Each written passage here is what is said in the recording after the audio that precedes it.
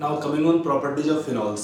देखिए फिनॉल्स का एक होता है acidic and acidic nature of phenol, जिसको हम डिस्कस ऑलरेडी कर चुके हैं डिटेल में इन टॉपिक जनरल ऑर्गेनिक केमिस्ट्री। फिर भी यहाँ पर कुछ इंपॉर्टेंट ऑर्डर्स हैं जो आपको एग्जाम में फ्रीक्वेंट पूछते हैं, इसलिए यहाँ पे कुछ ऑर्डर हम ले लेते हैं। देखिए पहला आपका आता है फिनॉल का acidic nature. Acidic nature of phenol, phenol can be reacting with strong base like NaOH। Strong base अगर होगा तो रिएक्शन कर सकता है फिनॉल का, और यहां देगा sodium phenoxide plus water formation. Strong base में अगर हम और रिएक्शन करते हैं लाइक रिएक्शन विद NaNH2, यहां भी रिएक्शन हो जाएगा, तो यहां पे भी आपको क्या देगा sodium salt plus ammonia liberation. Reaction can be done with sodium metal, तो यहां पे आपको देगा formation of sodium phenoxide plus hydrogen gas का लिबरेशन होगा इस रिएक्शन में। अगर हम रिएक्शन करते हैं with let's say CH3MgBr Grignard reagent, यहाँ पर भी क्या है CH3 नेगेटिव है तो बहुत स्ट्रॉन्ग बेस होगा, H लेगा और क्या बनेगा आपका यहाँ पर salt OMgBr plus methane gas formation. अगर हम रिएक्शन करते हैं फिनॉल का विद लेट अस से सोडियम बाइकार्बोनेट और सोडियम कार्बोनेट, यहां पर क्या होता है नो रिएक्शन। एक्चुअली होता क्या है कि फिनॉल एसिडिक है बट बहुत स्ट्रॉन्ग एसिडिक नहीं होता है, इसलिए फिनॉल का रिएक्शन नहीं होता है किससे। अगर हम लेंगे weak acidic weak basic compound, ये सॉल्ट है सोडियम कार्बोनेट और सोडियम बाइकार्बोनेट, उसको डिकम्पोज नहीं कर पाएगा फिनॉल, तो लिखा है नो रिएक्शन। अगर स्ट्रॉन्ग एसिड होता तो क्या करता है इसको डिकम्पोज करता है और क्या बनाता CO2 गैस। तो फिनॉल का रिएक्शन नहीं होगा किससे सोडियम बाइकार्बोनेट से या सोडियम कार्बोनेट से।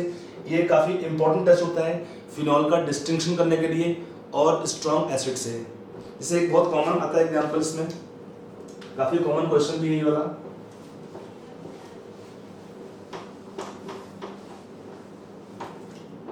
दैट टेस्ट ऑफ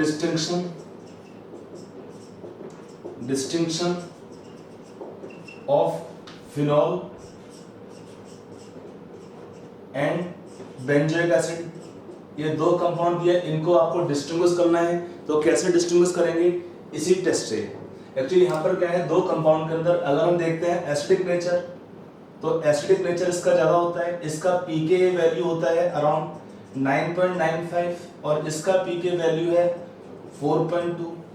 जितना pK वैल्यू कम होता है कंपाउंड उतना ही क्या होता है अधिक एसिडिक होता है, जिसका pK वैल्यू जितना कम है वो क्या होगा ज्यादा एसिडिक होता है। तो यहाँ पर इसका pK वैल्यू कम है, इसका मीनिंग क्या होगा ये कंपाउंड क्या होगा ज्यादा एसिडिक हो जाएगा। When you compare acidic strength, तो इसी प्रॉपर्टी को यूज करते हैं हम इसका डिस्टिंक्शन करने में। कैसे करें डिस्टिंग्विश, यहाँ पर क्या होता है phenol is insoluble, actually reaction नहीं कर पाता, does not react with sodium bicarbonate in aqueous solution of sodium bicarbonate, while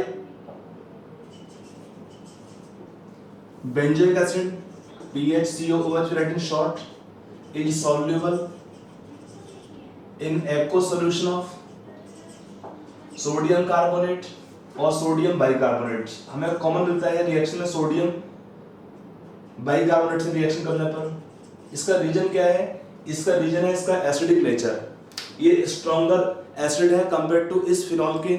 तो जो कंपाउंड ज्यादा एसिडिक होते हैं वो डिकम्पोज कर देंगे सोडियम कार्बोनेट को या सोडियम बाइकार्बोनेट को और क्या लिबरेट करते हैं CO2 गैस। ये कम एसिडिक होता है तो ये CO2 गैस को लिबरेट नहीं कर पाएगा, इसको डिकम्पोज नहीं कर पाता है फिनॉल।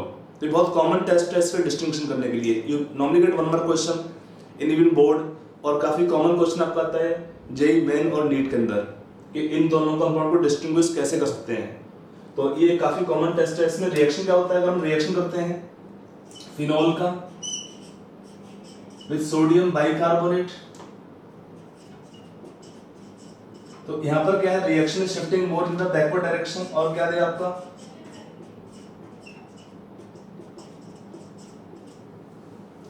अगर हम रिएक्शन करते हैं यहाँ पर COOH का, तो यहाँ पर क्या होगा, डिकम्पोज होगा, और क्या होगा, रिएक्शन जाएगा फॉरवर्ड डायरेक्शन में, COONA बनेगा प्लस H2CO3 और H2O प्लस CO2। सोर्स क्या है CO2 गैस का, ये सोर्स है CO2 का। क्वेश्चन पूछता है एक बार, यहाँ लिख देगा C14 यहाँ पर ले लेंगे, फिर पूछता है CO2 मतलब C14 मतलब जो C14 प्रोडक्ट है कहाँ पे जाएगा, तो C14 का सोर्स क्या है इसमें, सोडियम बाइकार्बोनेट इन CO2 गैस। एक्चुअली से आपको आइडिया और क्या मिलता है एसिडिक स्ट्रेंथ का, ये टॉपिक हमने जीओसी में डिस्कस डिटेल में किया हुआ है। यहाँ पर जैसे एग्जांपल दे रहा हूँ कि इस देखो कोई भी क्या होता है एसिड बेस रिएक्शन कहाँ पर जाता है, एक सिंपल पॉइंट है, a given acid base reaction will move in that direction which involve reaction of strong acid with a strong base to form weak conjugate pair of acid and base. समझ में आया, strong acid strong base react करते हैं और क्या बनाएगा, weak acid और weak conjugate base. तो इसका मीनिंग क्या है, अगर हम रिएक्शन कंपेयर करते हैं तो इस रिएक्शन से रिएक्शन अगर बैकवर्ड डायरेक्शन में, इसका मीनिंग क्या है, ये होगा स्ट्रॉन्ग एसिड, ये हो जाएगा स्ट्रॉन्ग बेस, और स्ट्रॉन्ग एसिड में क्या होता है, स्ट्रॉन्ग एसिड है weak conjugate base while strong base है वीक कंजुगेट एसिड। तो अगर हम कंपेयर करते हैं दो एसिड्स को, तो इन दो एसिड में कौन सा स्ट्रॉन्ग एसिड है, H2CO3 is more acidic compared to phenol. ये हमको मिलता है पहला रिएक्शन से, स्ट्रॉन्ग एसिड है, ये हो जाएगा वीक एसिड। तो अगर हमारा पहला रिएक्शन बैकवर्ड डायरेक्शन जा रहा है तो इसका मतलब क्या है, ये होना चाहिए स्ट्रॉन्ग एसिड, ये होना चाहिए स्ट्रॉन्ग बेस, क्योंकि जब भी एसिड बेस रिएक्शन होगा उसका डायरेक्शन कहाँ पर होता है, strong base plus strong acid आपको देगा weak conjugate base and weak conjugate acid. But second reaction जाएगा फॉरवर्ड डायरेक्शन में, इसका मीनिंग क्या है, ये हो जाएगा स्ट्रॉन्ग एसिड, ये हो जाएगा स्ट्रॉन्ग बेस, स्ट्रॉन्ग एसिड है weak conjugate base and strong base है वीक कंजुगेट एसिड। तो अगर हम देखें इस रिएक्शन से कौन सा कंपाउंड ज्यादा एसिडिक होगा, अगर हम ओवरऑल कंपेयर करते हैं एसिडिक स्ट्रेंथ, यहाँ पर ये कंपाउंड ज्यादा एसिडिक होगा। फिर आता है हमारा H2CO3 ज्यादा एसिडिक है, देन फिनॉल।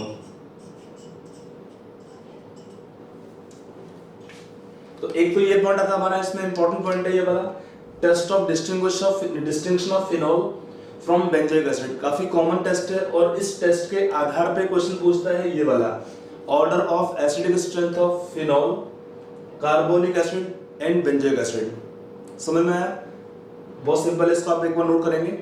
अगला आते हैं पॉइंट यहाँ पर, देखिए यहाँ पर अगर हम कंपेयर करते हैं एल्कोहल्स को और फिनॉल्स को, अगर हम कंपेयर करते हैं एसिडिक स्ट्रेंथ फिनॉल का और अल्कोहल का, मान लो अल्कोहल ले लिया हमने CH3CH2OH, पूछा इन दोनों कंपाउंड में से कौन सा कंपाउंड ज्यादा एसिडिक होता है, तो phenol is more acidic compared to ethyl alcohol और all alcohols, methyl not only ethyl alcohol, alcohols in general. आप कोई सा अल्कोहल ले लेंगे, अल्कोहल्स कम एसिडिक होते हैं फिनॉल के कंपैरिजन में। इसका रीजन क्या होता है, देखो अगर हम लेते हैं अल्कोहल, यहां से हमने निकाला हाइड्रोजन प्लस आयन, तो क्या बनता है RO नेगेटिव आयन, तो इसमें क्या रेजोनेंस पॉसिबिलिटी नहीं है, कोई एक्स्ट्रा फैक्टर नहीं है जो इसको स्टेबलाइज कर पाए माइनस चार्ज को, तो इसमें क्या नो रेजोनेंस स्टेबलाइजेशन या और कोई फैक्टर नहीं है। अगर हम सेकंड केस देखते हैं फिनॉल, फिनॉल में से अगर हमने निकाला हाइड्रोजन प्लस आयन, तो क्या बनेगा आपका यहाँ पे फिनेट आयन,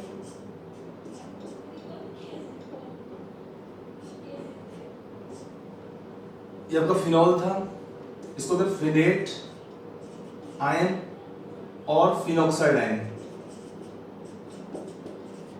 फिनॉक्साइड और फिनेट आयन। होता क्या है कि किसी भी केस में हम कैसे बोलते हैं कि कौन सा कंपाउंड ज्यादा एसिडिक है या कम एसिडिक है, ये डिपेंड करता है उसके स्टेबिलिटी ऑफ कंजुगेट बेस के ऊपर, कि कोई भी कंपाउंड ज्यादा एसिडिक होता है अगर क्या होता है we get more stable conjugate base, जितना ज़्यादा स्टेबल होगा कंजुगेट बेस उतना ही कंपाउंड का एसिडिक स्ट्रेंथ ज़्यादा होता है। तो अगर हम इसको देखते हैं इस रिएक्शन के हिसाब से, तो इस केस में रेजोनेंस हो जाएगा इसके अंदर। होता क्या है, रेजोनेंस की वजह से conjugate base is more stabilise,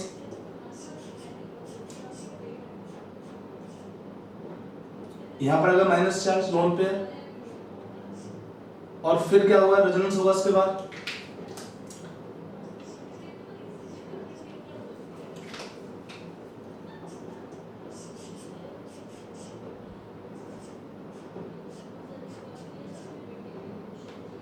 फिर से होगा रेजोनेंस,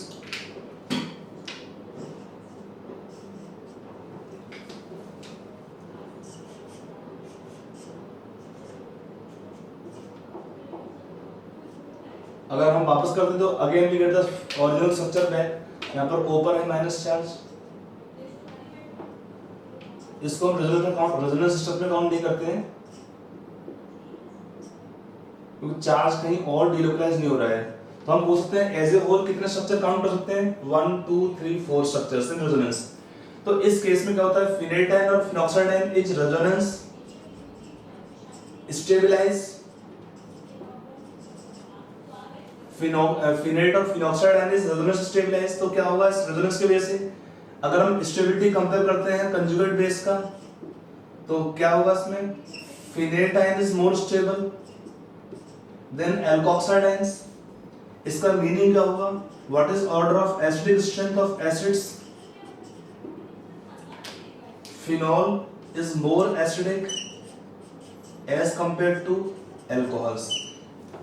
एक कंपाउंड कोई भी ज्यादा एसिडिक तब होता है अगर कंजुगेट बेस का स्टेबिलिटी ज्यादा होगा। जितना ज्यादा स्टेबिलिटी कंजुगेट बेस का है उतना ही कंपाउंड का एसिडिक स्ट्रेंथ ज्यादा होता है।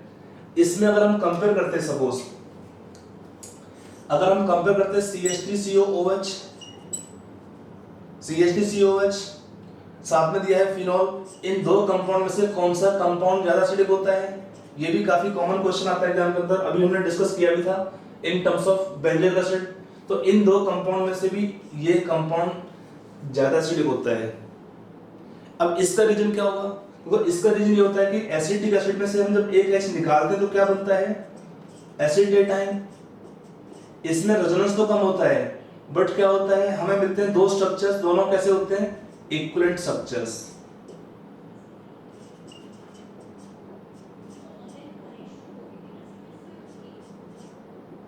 हमें क्या मिलता है, दो equivalent structures, two equivalent structures हमको मिलते हैं इस केस में। तो होता क्या है, दो इक्विवेलेंट स्ट्रक्चर को मिलने से स्टेबिलिटी ज्यादा होगा कंजुगेट बेस का।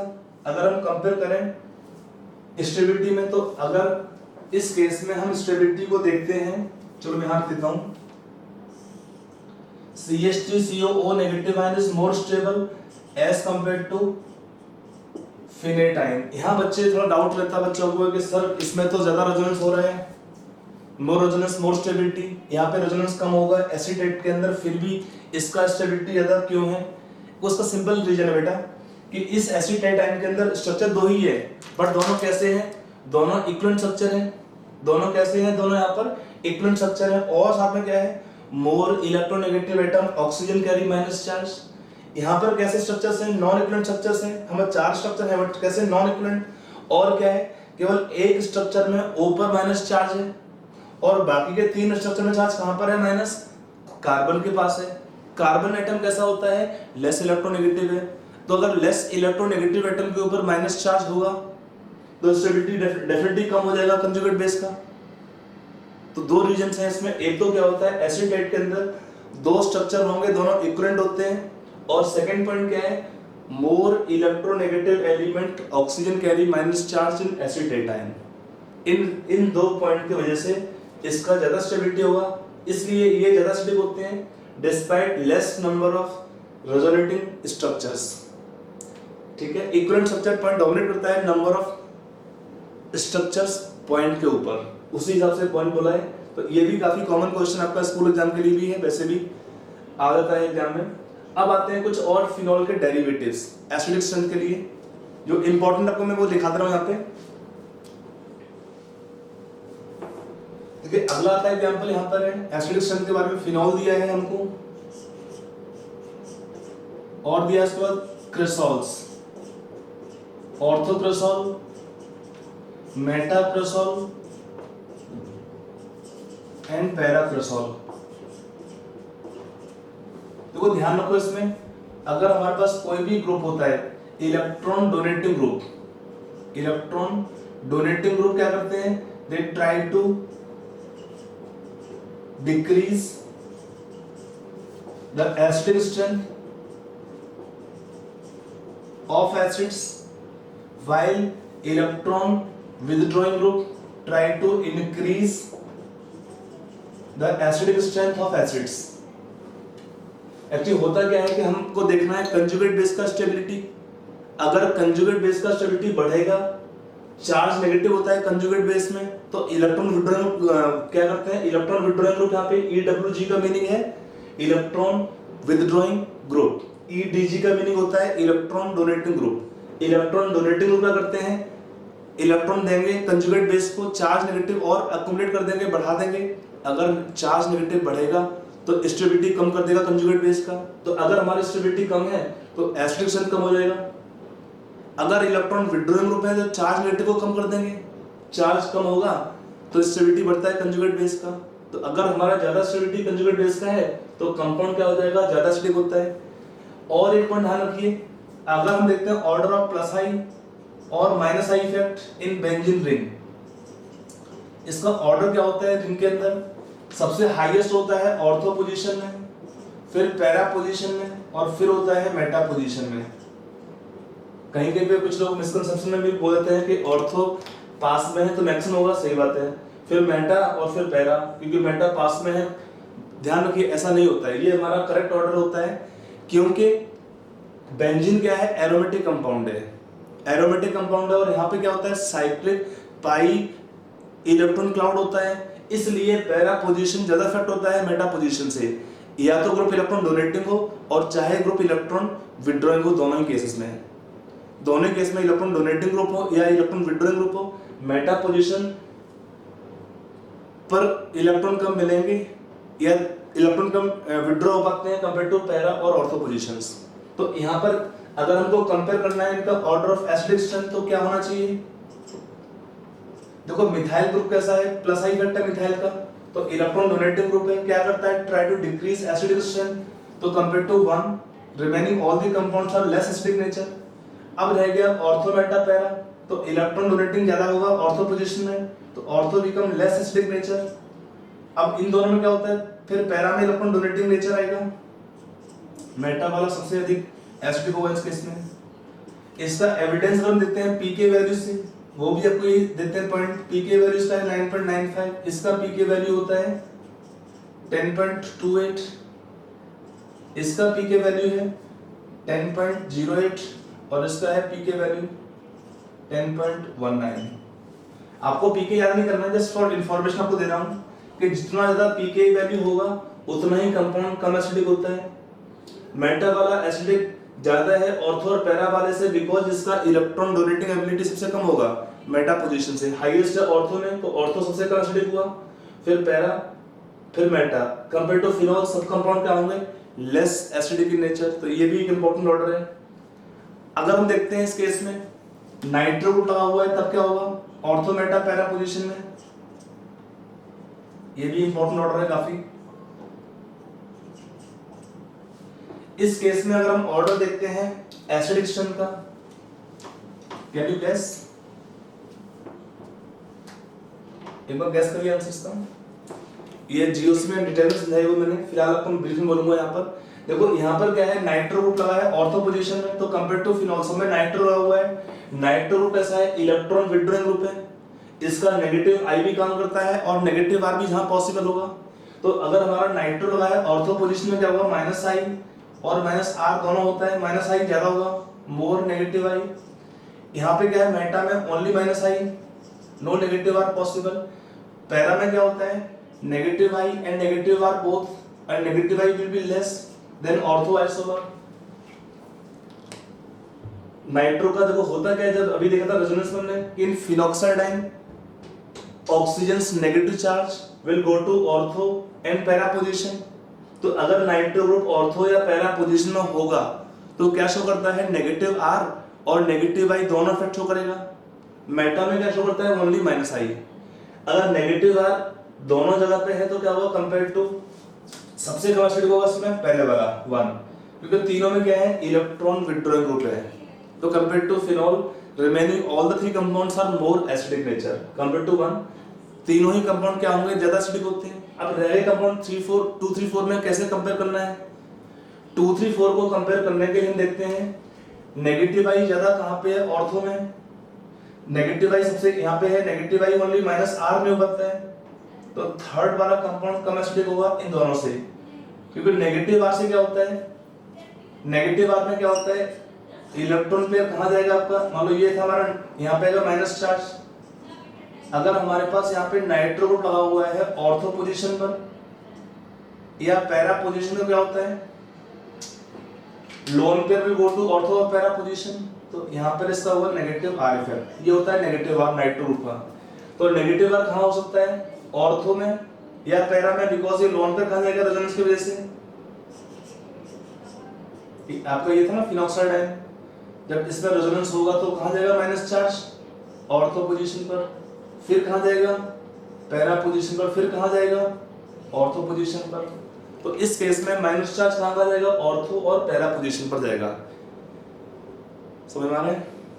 तो अगर नाइट्रो ग्रुप होगा ऑर्थो और पैरा में तभी इसका -R काउंट कर सकते हैं, नहीं तो खाली -I रहेगा। तो इसमें क्या है, -I only, less resonance in conjugate base, less stability, तो less acidic nature then these two. अब रह गया 2 और 4।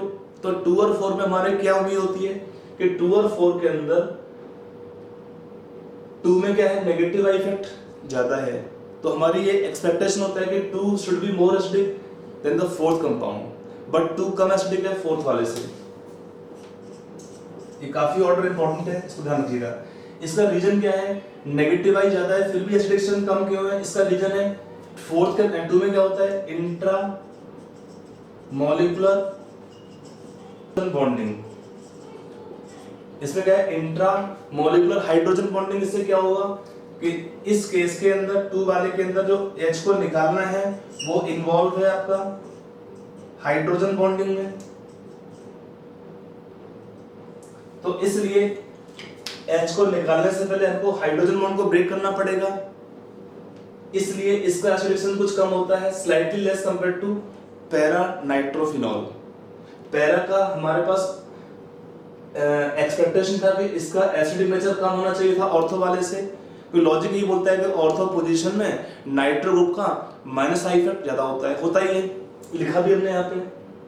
लेकिन रीजन क्या है कि कम एसिडिक होने का, इसका रीजन है इंट्रामोलिकुलर हाइड्रोजन बॉन्डिंग, वो हो जाएगा इस केस में। इसलिए इस H का निकलना थोड़ा डिफिकल्ट होगा पैरा वाले से। ठीक है, अगर हम पीके वैल्यू देखते हैं तो ऑलरेडी मैंने जीओस में सारे पीके आपको दे रखे हैं, इंपॉर्टेंट एग्जांपल्स हैं। इसका पीके तो ऑलरेडी था 9.95, इसका पीके वैल्यू होता है 7.23 होता है, इसका पीके वैल्यू अराउंड 8.35 होता है, इसका पीके वैल्यू है 7.15, मींस स्लाइटली कम है इस वाले से। तो कहने का मीनिंग है कि एसिडिक स्ट्रेंथ डिफरेंस ज्यादा नहीं है, बट स्लाइटली ज्यादा एसिडिक होता है पीके वैल्यू कम होने की वजह से। ठीक है, तो एक एग्जांपल, ये इंपॉर्टेंट एग्जांपल है इसका, नाइट्रोफिनॉल्स का एसिडिक स्ट्रेंथ। साथ में हम और देख सकते हैं कि नाइट्रो ग्रुप ज्यादा होंगे ऑर्थो पैरा पोजीशन में, तो कंपाउंड का एसिडिक स्ट्रेंथ उतना ही ज्यादा होगा। ठीक है, मान लो यहाँ पे कंपाउंड एक दिया है, अगला दिया है पैरा नाइट्रोफिनॉल। अगला लेता हूं एग्जांपल में, यहाँ पे नाइट्रो लगा है ऑर्थो में और पैरा में दोनों जगह पे, और एक लेता हूं यहाँ पर नाइट्रो लगा है ऑर्थो में दोनों पोजीशंस पर और पैरा पोजीशन पे भी लगा हुआ है। तो इस केस में क्या होगा, ऑर्डर ऑफ एसिडिक स्ट्रेंथ, इसका लास्ट का नाम होता है पिकरिक एसिड, पिकरिक एसिड। तो इस केस में देखो सिंपल लॉजिक है, नाइट्रो ग्रुप बढ़ाएंगे रिंग के अंदर और ऑर्थो और पैरा बढ़ा रहे हैं, तो नेगेटिव I भी होगा और नेगेटिव R भी होगा। More negative I, more negative R, more the stability of conjugate base, तो कंपाउंड क्या होगा, more and more acidic in nature, more and more acidic nature. In fact ये दो कंपाउंड एसिडिक होते हैं, इसका pKa वैल्यू है अराउंड 1.02 और 2 नाइट्रो होने से ऑर्थो और पैरा पोजीशन में पीके वैल्यू पहुंचेगा अराउंड 4 to 5 के रेंज में। मीनिंग क्या होता है, 4 to 5 के रेंज का पीके वैल्यू है क्लोज टू CH3COOH और कार्बोक्सिलिक एसिड्स। उससे होता क्या है, दोनों compound they become soluble in aqueous solution of sodium bicarbonate, soluble in aqueous solution of sodium bicarbonate. ये हुआ हमारा एसिडिक स्ट्रेंथ के बारे में पॉइंट। अब हम देखते हैं, अगर मान लो हमारे पास कुछ एग्जांपल लेते हैं क्लोरोफिनॉल्स का। एक एग्जांपल और लेते हैं, फिनॉल है और ये क्लोरोफिनॉल्स। क्लोरीन लगा है ऑर्थो में, मेटा में और पैरा पोजीशन में। तो इसमें पूछा है what is order of acidic strength, 1 2 3 4। क्या होगा ऑर्डर ऑफ एसिडिक स्ट्रेंथ?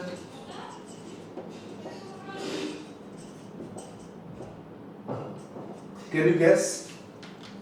याद है आपका जीओसी का? देखिए इसमें क्या होता है कि क्लोरीन वाले केस में क्या होता है, क्लोरीन या हैलोजेंस, ये कैसे ग्रुप होते हैं, they have negative I effect dominating over plus R. इनमें क्या है, हैलोजेंस का नेगेटिव आई इफेक्ट होता है और प्लस आर होता है, बट यहाँ पर ये ग्रुप ऐसे होते हैं इसमें नेगेटिव आई इफेक्ट डोमिनेट करता है प्लस आर इफेक्ट के ऊपर, negative I dominate on plus are effect.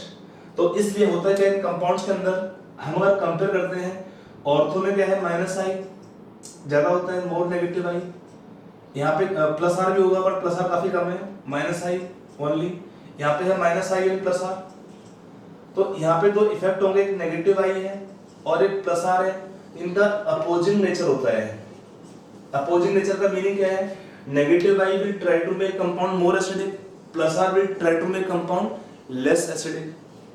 तो यहाँ पर क्या होता है, हैलोजेंस केस में क्लोरीन कोई भी आप ले लेंगे, हेलो कोई भी लेंगे क्लोरीन कंपाउंड डेरिवेटिव फिनॉल्स में, तो सारे कंपाउंड फिनॉल के कंपैरिजन में सबसे ज्यादा एसिडिक होते हैं, 1 सबसे कम हो जाएगा। अब रहेगा 2 3 4 में, तो 2 में मैक्सिमम, फिर 3 फिर 4। ये कॉमन ऑर्डर होता है ऑर्थो मेटा पैरा।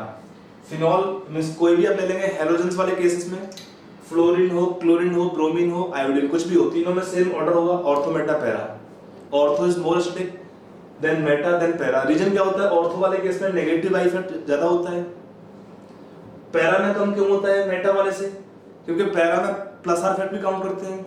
और क्या है, plus are effect decrease the acidic nature, but halogens में होता है क्या, ओवरऑल डोमिनेट करता है नेगेटिव आई इफेक्ट। तो आप कोई सा ले लेंगे हैलोजन एसिड्स में, तो ये हमारा ऑर्डर फॉलो करता है। अगर हम इसमें एक चीज और देखते हैं, इसमें हम एक ऑर्डर ले लेते हैं मिथॉक्सीफिनॉल का। ये थोड़ा टिपिकल एग्जांपल आता है मिथॉक्सीफिनॉल का। मिथॉक्सी दिया है आपको ऑर्थो पोजीशन में, ऑर्थो मिथॉक्सीफिनॉल, मेटा मिथॉक्सीफिनॉल, पैरा मिथॉक्सीफिनॉल। तो इसमें क्या ऑर्डर होना चाहिए था, यहाँ भी सेम होना चाहिए लाइक हैलोजेंस, बट क्या होता है इन मिथॉक्सी ग्रुप हो चाहे ओआर ग्रुप हो, यहाँ पर क्या है resonance dominate on negative I effect. यहाँ भी होता है नेगेटिव आई होता है, प्लस आर होता है। अब यहाँ पर क्या है minus I and plus R, यहाँ पे माइनस आई ओनली, यहाँ पे minus I and plus R, negative I less होगा, यहाँ पे नेगेटिव आई कम होगा। इसको फिनॉल डालते हैं इसमें, let us compare this three compounds. यहाँ पे क्या है negative I effect is more. तो अगर हम ऐसे कंपेयर करते हैं कंपाउंड को, या हमारे पास सपोज ग्रुप जी होगा OCH3 और OH ग्रुप, तो यहाँ पर क्या होता है जिनका नेगेटिव आई भी है और प्लस आर है and plus R dominate on negative I, तो इसमें ऑर्डर क्या फॉलो होता है एसिडिक स्ट्रेंथ के लिए, मेटा इज मोर एसिडिक, फिर आता है हमारे पास ऑर्थो और फिर आता है पैरा, क्योंकि नेगेटिव आई इफेक्ट कम होगा पैरा पोजीशन में, ऑर्थो में नेगेटिव आई ज्यादा होता है। रेजोनेंस क्या होता है डिस्टेंस इंडिपेंडेंट, प्लस आर क्या होता है डिस्टेंस इंडिपेंडेंट इफेक्ट होता है। मेटा में क्या है ओनली माइनस आई है, प्लस आर हो ही नहीं पाता है। तो अगर हमारे पास सपोज ये ग्रुप होगा 2 OH ग्रुप हो या एक OH और एक OCH3 ग्रुप हो, तो उस केस में ये ऑर्डर फॉलो होता है। अगर हमारे पास कोई सा भी हैलोजेंस होता है, हैलोजन फिनॉल वाले केस में, तब क्या होता है ऑर्थो मेटा पैरा। क्योंकि हैलोजेन क्या होता है, negative I dominate on plus R. यहाँ पे क्या है, इन केस में OH ग्रुप है या OCH3 में negative I and plus R दोनों होते हैं, प्लस आर विल डोमिनेट, यहाँ पे नेगेटिव आई डोमिनेट, इसलिए आपका ऑर्थो मेटा पैरा रहता है हैलोजन वाले केस में, बट इस केस में मेटा ऑर्थो पैरा। समझ में आया? तो ये कुछ कॉमन सीरीज था, इंपॉर्टेंट एग्जांपल्स थे फिनॉल्स के एसिडिक स्ट्रेंथ पे। इसको आप ध्यान से कर लीजिए, स्पेशली बोर्ड एग्जाम और जेईई मेन में यही क्वेश्चन आते हैं, इन्हीं में से क्वेश्चन आपको मिलेगा जेईई मेन और नीट के अंदर या बोर्ड एग्जाम के अंदर। बाकी एडवांस के लिए थोड़ा सा आपका कंपेयर हमने काफी सारे किए थे टॉपिक GOC, ठीक है। तो अब हम आते हैं केमिकल रिएक्शंस ऑफ फिनॉल्स के ऊपर।